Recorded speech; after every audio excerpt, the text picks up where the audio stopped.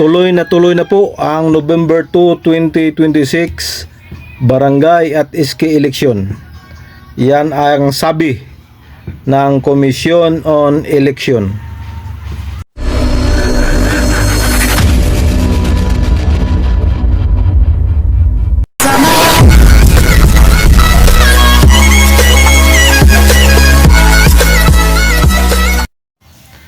Hello, isang mapagpalang araw sa ating lahat mga kapobre. Welcome back muli sa ating munting channel, Cap June Official. Araw ng Lunes at pizza 18 na po ng buwan ng Mayo mga kapobre. Panibagong araw, panibagong biyaya, panibagong pag-asa, panibagong lakas, and of course, panibagong vlog mga kapobre. For today's vlog, paalala lang po, ngayon na po ang deadline sa voters registration sa Comelec. Kaya habol na po mga kapobre. Pizza 18 ngayon, kaya ito na po ang huling araw para makapagrehistro ang ating mga kababayan. Habol po mga kapobre para hindi masayang ang inyong mga boto. Ika nga makilahok at makibahagi sa November 2, 2026 barangay at SK election mga kapobre. At sa mga umaasa na mapospon pa muli itong barangay at SK election, ito na po ang kasagutan mga kapobre. Panoorin natin tong interview sa spokesperson ng Comelec, Attorney John Rex Laudianco. Panoorin natin to mga kapobre. Here we go. Naghihintay ang tagapagsalita po ng Comelec. Magandang hapon po, Attorney Laudianco. Welcome po sa Double B Insider. Magandang hapon po, Sir Carlo, at sa lahat po ng taga-subaybay ng Double B Insider. Good afternoon po. Magandang hapon at maulan na hapon, Attorney. Kumusta po ang turnout ngayon sa inyong monitoring ng huling araw ng pagpaparehistro para po sa BSKE? Mula po kahapon, nakita na po namin ang pagdami po talaga ng tao at ngayon po ay mas marami. Kaya nga po inaasahan at naghahanda rin po kami. At sa ngayon, tuloy na tuloy ang eleksyon. Wala hong pagbabago. Wala po, dahil po ang pagtatakda ng halalan, batas po yan. At may umiiral na batas, Republic Act 12232, na nagsabi ang halalan natin ay sa November 2. Kaya po ang Comelec tuloy-tuloy po sa paghahanda. Ayun, maliban na lamang kung talagang mayroong batas, bagong batas na magpapaliban muli nitong barangay at SK election.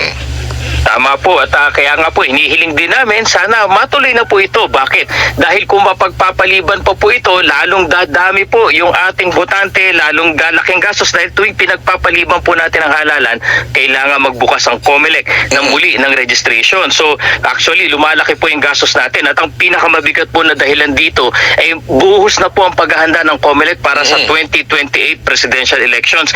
Napakahirap po para sa amin na magkakaroon pa ng halalan na malapit po sa 2028 presidential election. Sana po makatutok na lang kami doon kaya magawa na namin yung ibang halalan tulad ng BSKE sa taong ito. Yan po, klarong-klaro mga kapobre. Galing mismo sa Comelec.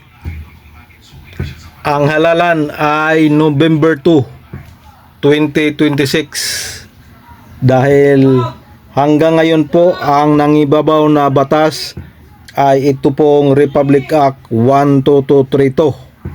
So sa mga nagdadasal at nagsasabing walang eleksyon, pasensya po dahil ang sinusunod na batas ay ito pong Republic Act 12232 na nagtatakda sa halalan ngayong November 2, 2026 mga kapobre.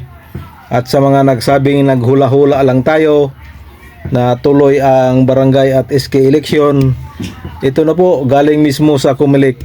Hindi po yan galing sa akin, galing sa Comelec po yan na ang halalan sa November 2, 2026 ay tuloy na tuloy mga kapobre, dahil po wala pa pong panibagong batas na inaprobahan.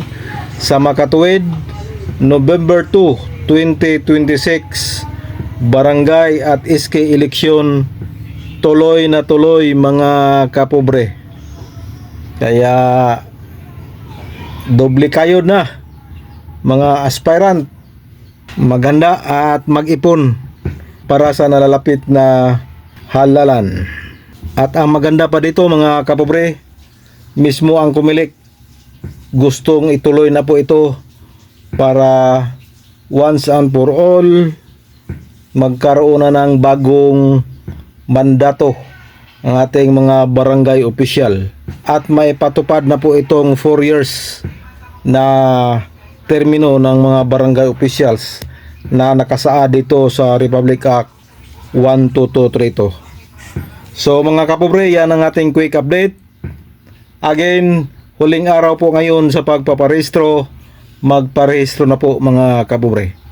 Bye bye and God bless us all. Please subscribe Cap John Official.